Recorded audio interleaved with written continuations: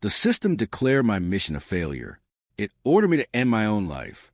I began trying every method I could think of to kill myself and leave this world. But the very people who had once loathed and rejected me upon seeing my repeated suicide attempts had a sudden change of heart, desperately begging me to stay. After a car crash, I was reborn into the mission world. The system assigned me 4 female targets. It told me that if I could successfully win over just one of them, I would be resurrected in my original world.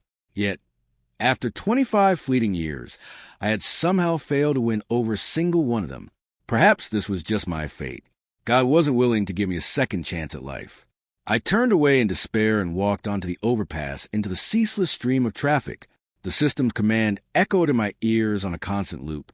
Mission failed. Please terminate yourself. Host?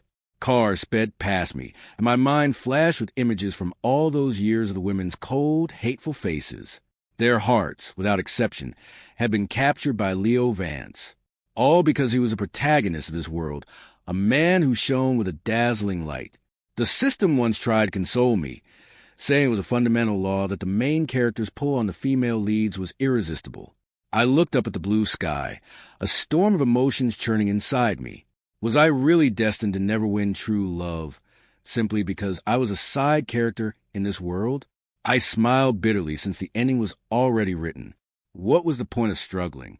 I closed my eyes and stepped resolutely into the flow of cars. Just then, a piercing screech of brakes tore through the air. It was followed by an angry shout.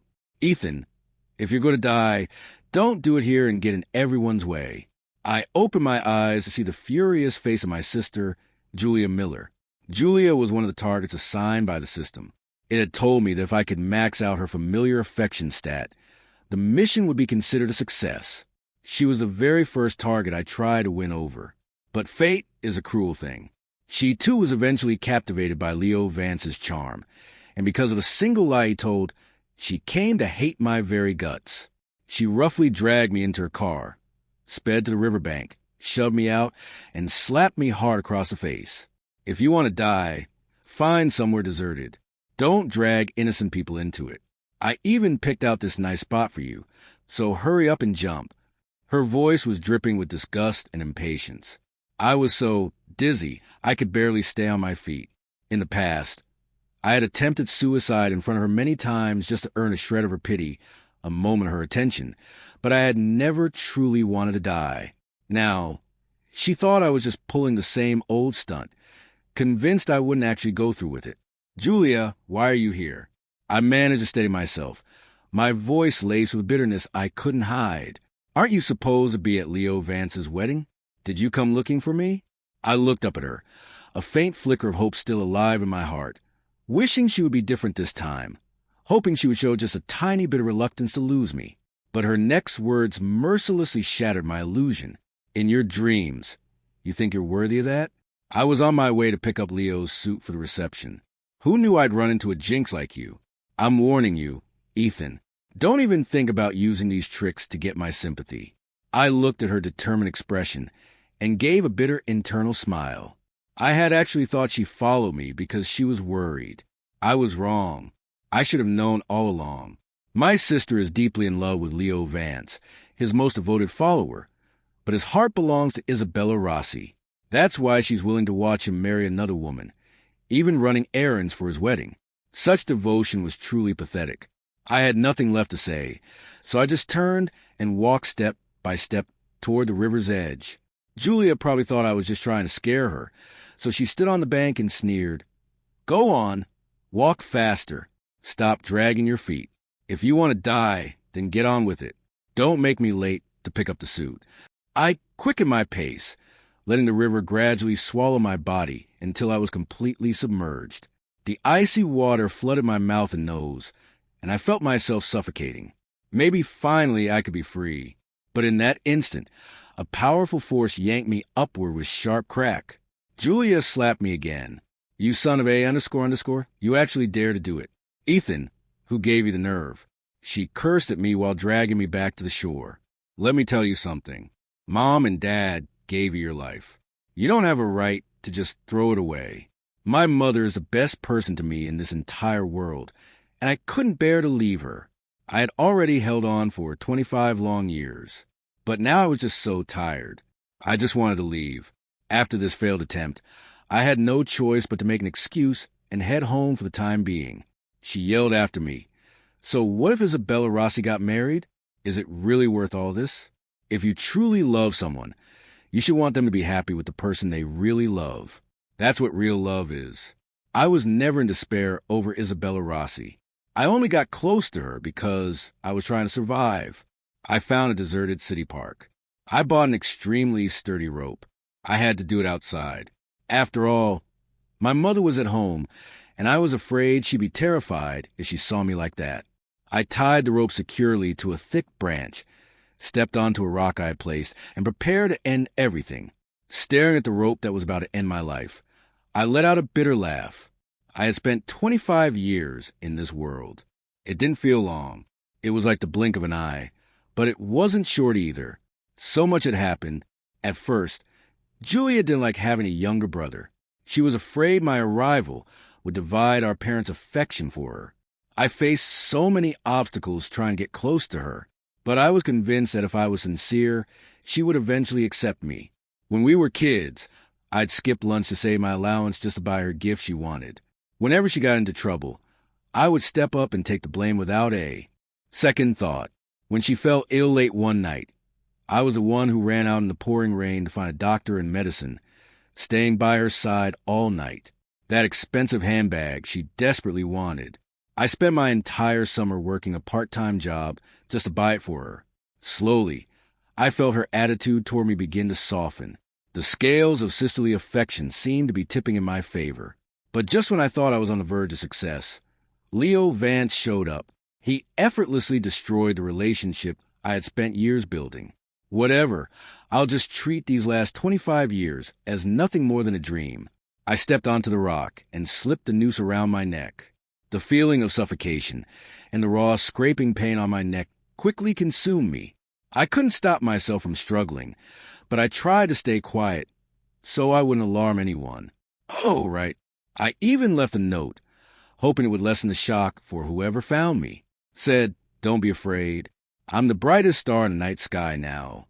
My consciousness began to fade, and memories of the past flashed before my eyes like a movie reel. No matter how hard I tried, Leo Vance could always take everything from me with ease. Everyone seemed to adore him while they all just detested me. Just as I felt myself about to die, a pair of arms suddenly wrapped around me, holding me tight. I greedily gasped for the air that filled my lungs again. "Ethan, have you lost your mind?"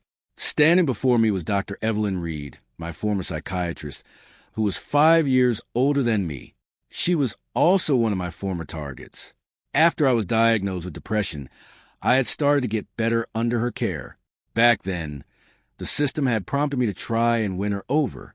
So, I invested a huge amount of time and energy into being with her. We had dinners together, went to art galleries, visited amusement parks. She even took me to her family's old estate in the countryside, telling me I was the first man she had ever brought there. Her affection for me grew each day, and I thought this time I was finally going to succeed. But then Leo Vance appeared again. He cried at Evelyn right in front of me. "Dr. Red, Ethan hired people to assault me. I can't go to the police. I have nightmares every single night. I honestly just want to die." And just like that, Evelyn took his side without a moment's hesitation, pushing me away. She held Leo Vance in a comforting embrace. "Don't be afraid," she said. "I'm here for you." That day, her eyes bloodshot. She screamed at me to get out. She said my depression was just an act to get her sympathy. She said I disgusted her. And just like that, another one of my efforts turned to dust. It was almost laughable. 2 suicide attempts in one day, and both times I was found by one of the women I had tried so desperately to win over. Is the world really this small? Shouldn't you be at Leo Vance's wedding right now? My voice was devoid of any emotion as I stared at her with empty eyes. She had such a gentle face and a soft voice. She always treated people with so much kindness and care. That was why she was the one who had led me out of my depression. And yet, she was also the one who personally shoved me into an even deeper abyss of despair. I'm in a bad mood. Can I come out for some fresh air? She frowned, her face etched with impatience. That's right. She was also in love with Leo Vance. She had even given up a chance to study abroad for him. With Leo getting married today, of course, she wouldn't be in a good mood. But what are you doing trying to kill yourself here? Or did you deliberately pick the spot, hoping I'd find you and feel sorry for you? Ethan, can you please stop faking your depression in front of me? Try a different act for a change. I listened to her words, my heart completely still. I had heard words like these so many times before. She always accused me of faking my depression, but the pain was excruciatingly real. She's a doctor. For God's sake, why couldn't she see that my depression was real? Does not being loved mean that everything I do, my very existence, is a mistake? I said nothing and got up to leave, already planning my next suicide method in my head. Maybe it was because she had never seen me so utterly broken. But Evelyn seemed to sense something was truly wrong. She grabbed my arm and pulled me back to her apartment. Then she called Julia and told her to come get me. Julia rushed over with Isabella Rossi and Leo Vance trailing behind her. When Leo Vance saw me, a flicker of terror crossed his eyes, and he instinctively hid behind Isabella. Isabella stared at me coldly. Ethan, do you really have to put on such a show just to make us feel sorry for you? Today is my wedding to Leo. Did you have to come and ruin it? Haven't you hurt him enough already? Every single one of them was convinced I had some ulterior motive that I was trying to hurt Leo. I slowly lifted my head and scanned the face of every person in the room. Their faces showed nothing but bone-chilling indifference and profound disgust for me. I let out a small laugh. What if I told you it was Leo who hurt me? He was the one who hired people to assault me. The color drained from Leo's face instantly. A flicker of surprise passed through the other's eyes as well. I didn't. Ethan, why are you framing me? You were the one who ruined me.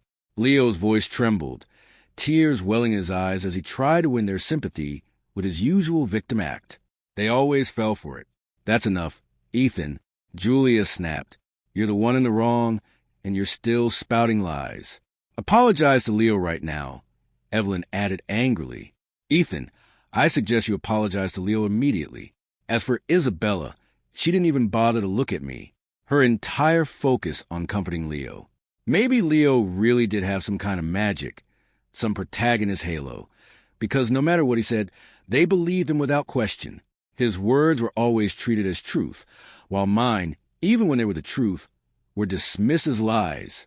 He was always the innocent one, and I was always the villain. Looking at them, spewing venom at me with such utter disgust. My entire 25-year life felt like a complete joke. I had tortured myself countless times for this worthless life, and now I was just exhausted. Death really might be a release. I tried to break free from their grip, but they held me fast, trying to run. What are you planning now? Another trick to frame Leo. Julia glared at me. Let me tell you, you're staying right here. Evelyn and I will take turns watching you. Don't even think about hurting Leo again. And so I was imprisoned, there with Julia and Evelyn as my guards. Meanwhile, Isabella left with Leo to continue their wedding. I spent a long night at Evelyn's apartment. They took turns bringing me food, but I didn't touch any of it. I refused to sleep. It would be better to just die like this. Death would be good. I leaned against the windowsill, gazing out with dead eyes. Evelyn finally noticed something was wrong. She gripped my hand, forcing me to meet her gaze. Ethan, look at me. Do you still recognize me? I just stared at her silently. A look of panic crossed Julia's face. What's wrong with him? It's like he's locked himself away in his own world. He's trying to destroy himself from the inside out. Evelyn's brow furrowed, and a flicker of genuine concern finally appeared in her eyes. This time, I think Ethan's depression might be real. The next morning, I was rushed to the hospital for a series of comprehensive tests. The final diagnosis was severe depressive disorder. I had been diagnosed with depression before, but back then it was smiling depression. I always put on a happy, optimistic face for everyone. Evelyn knew that. Yet, because of Leo's lie, his claim that I had hired people to assault him, she had decided I was faking it all. Now I lay in a hospital bed, having gone 8 full hours without a sip of water or a bite of food. Julia tried to force-feed me some soup, but I just weakly spat it back out. She grabbed my jaw, furious. Ethan, let's just see how long you can last without eating or drinking. After Julia left, Evelyn came in, trying to coax me with the same gentle tone she used when we first met. But my heart was already dead inside. I didn't hear a word she said. Finally, she smashed a glass on the floor in frustration and gripped my arm tightly. Ethan, don't think you can scare us with this self-destructive behavior. Let me tell you, even if you die, no one will care. I grabbed her hand, my eyes filled with a desperate plea. Then just let me die. I just want to die. I want to escape from all of you.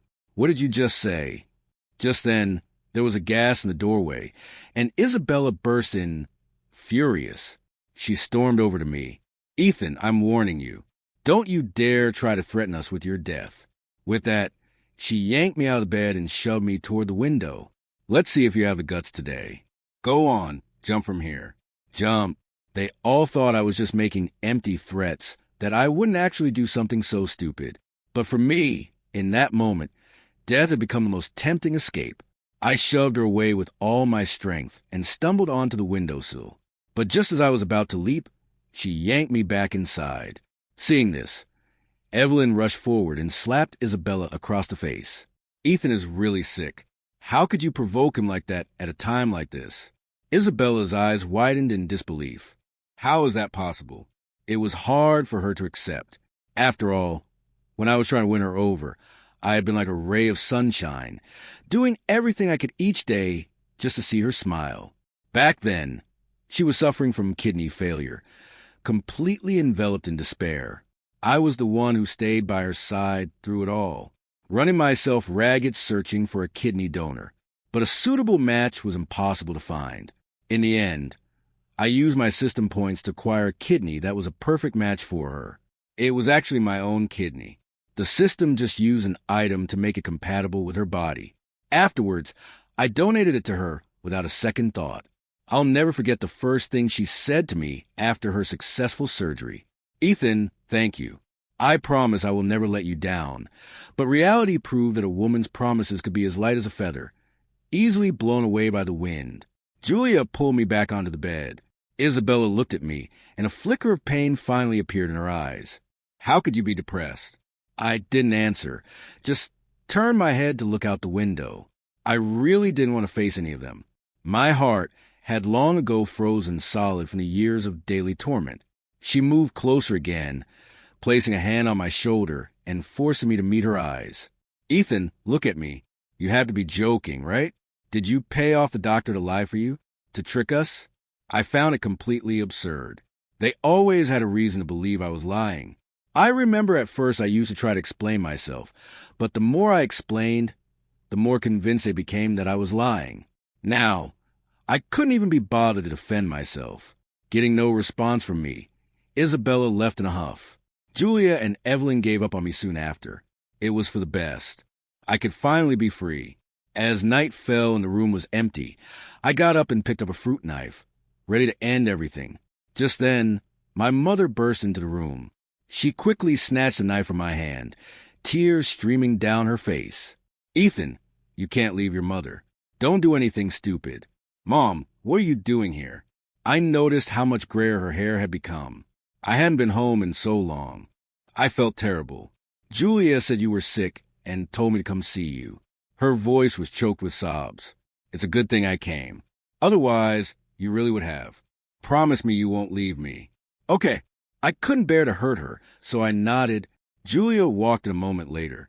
When she saw the knife on the floor, her expression turned grim. Ethan, are you really going to throw your life away over a woman? Can't you be more like me and Evelyn? We both like Leo, too, but he doesn't like us, and life has to go on.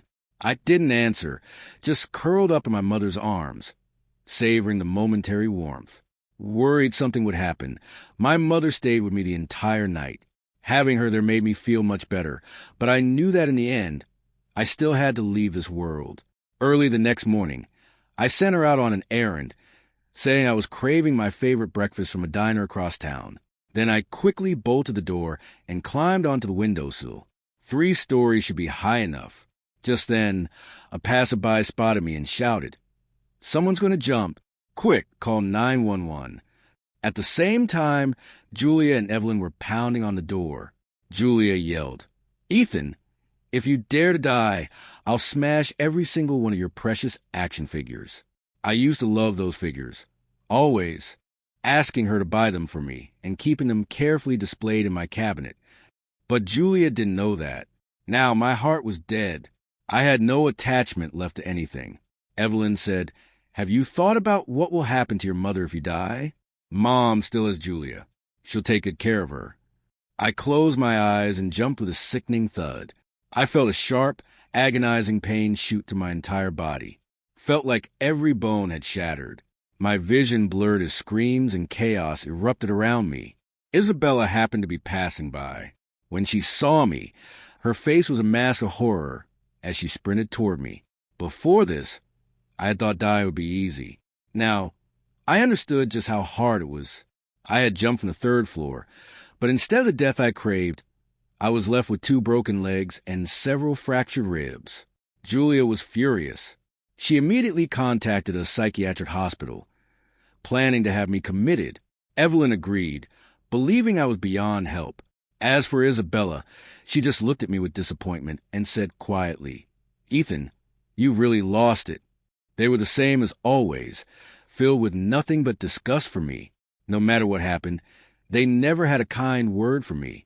Tears streamed down my face, but I chose silence, unwilling to offer any defense. Just then, my mother rushed into the room.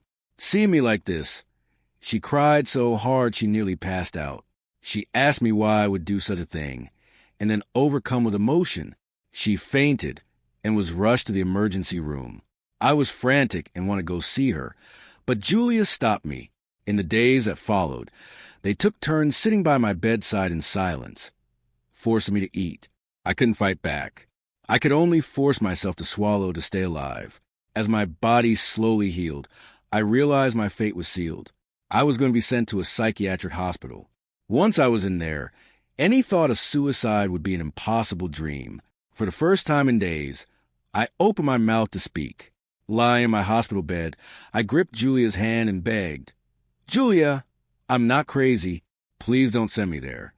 When she heard me, a complex expression flickered across her face. Maybe deep down, she still cared about me a little. After all, our familial bond had once reached 85%. I was filled with hope, thinking she might feel sorry for me and change her mind. But in the next moment, she said, "No one ever wants to admit they're sick. We're doing this for your own good." Her words were like a bucket of ice water, shocking me back to reality. In their eyes, I had already lost the ability to think for myself. I was just a patient who needed to be institutionalized. And so, I was imprisoned in a small room barely 100 square feet. It was stark and empty with nothing but a cold bed inside. Every day, aside from the nurse who brought my meals, for other stone-faced nurses watched me in shifts. They just stood there silently, as if I were the only living thing in the room. I felt a despair so profound it threatened to break me. The desire to die grew like a weed, but I was trapped by the cruel reality of my situation. I tried to beg the system for help for release, but all I got was a cold reply. "Host, I am sorry. I cannot directly intervene in matters of your life and death. That is up to you." Those words destroyed my last shred of hope. I lay in bed, and every little movement brought a nurse over to ask if I was okay. Their care was suffocating me. That night, Leo Vance appeared. He quietly dismissed the nurse and approached my bed, his eyes gleaming with triumph. Feeling hopeless. "You can't even die when you want to," he said, his voice filled with satisfaction. "You know, it was my idea to send you here. This is the only way to make sure you can never escape my control."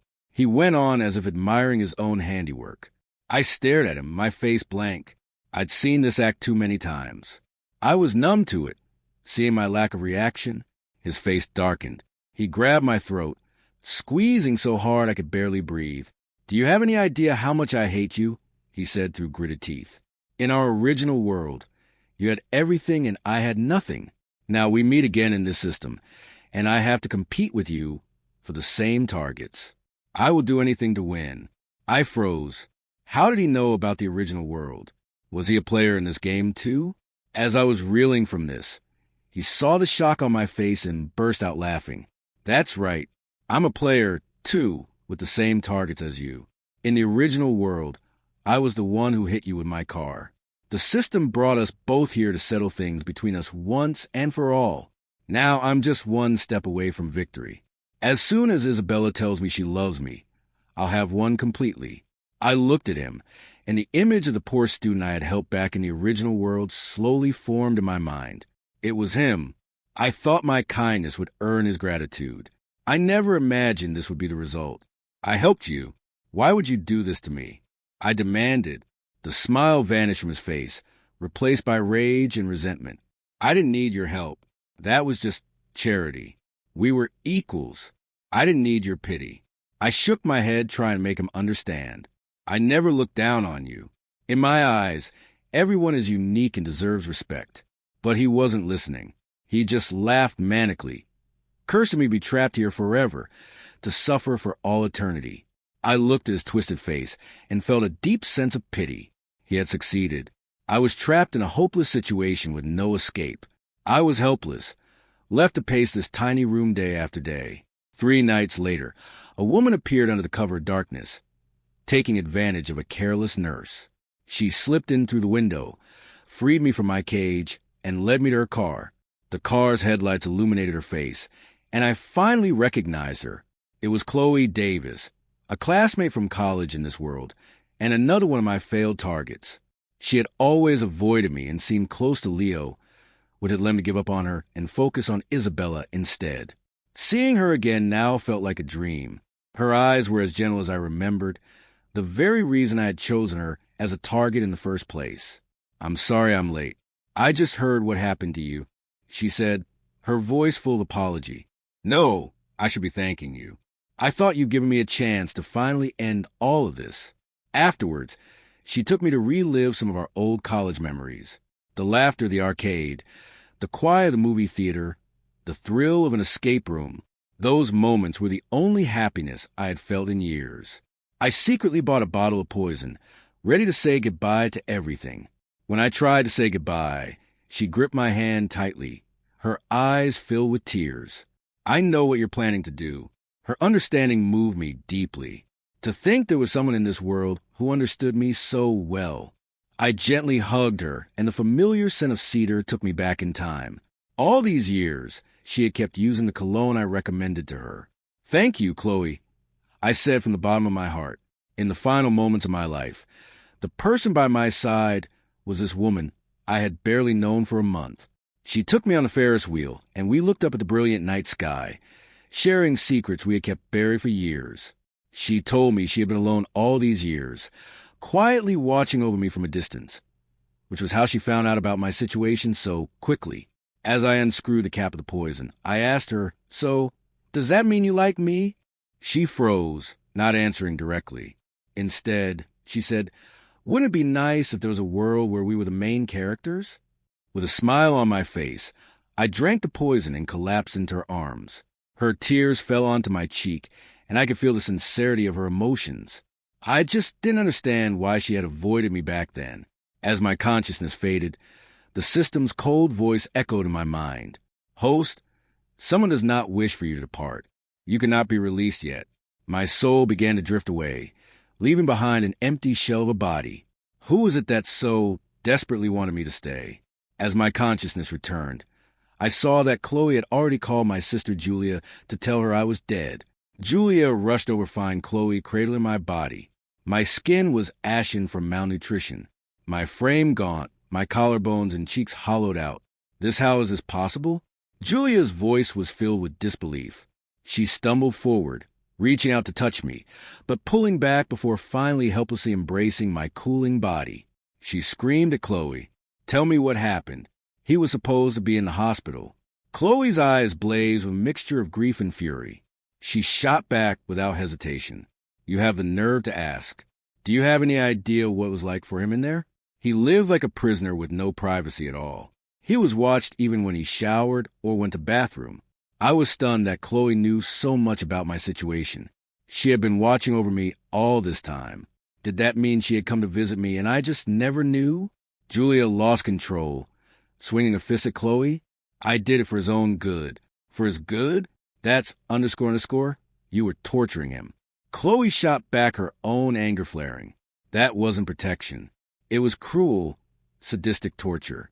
The two women exploded with rage, launching into a vicious fight, trading blows.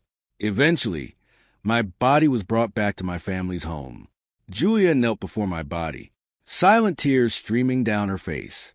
My last suicide attempt had put my mother in the hospital. Now, seeing my dead body, she collapsed again and was rushed back to the emergency room. I was filled with guilt and helplessness. I didn't belong to this world. I could never stay with her. Just then, Evelyn arrived. She was always so calm and collected. But now, faced with my dead body, she crumpled to the floor, her hands trembling as she reached for my cold hand. Ethan, Ethan. She choked out my name, her voice thick with despair and regret. Don't go. Please open your eyes and look at me. Chloe saw this and rounded on Evelyn. Now that he's dead, you decide to care. Where were you before? Where were you when he needed you? You're all pathetic. Evelyn didn't argue. Just let her tears fall onto my body.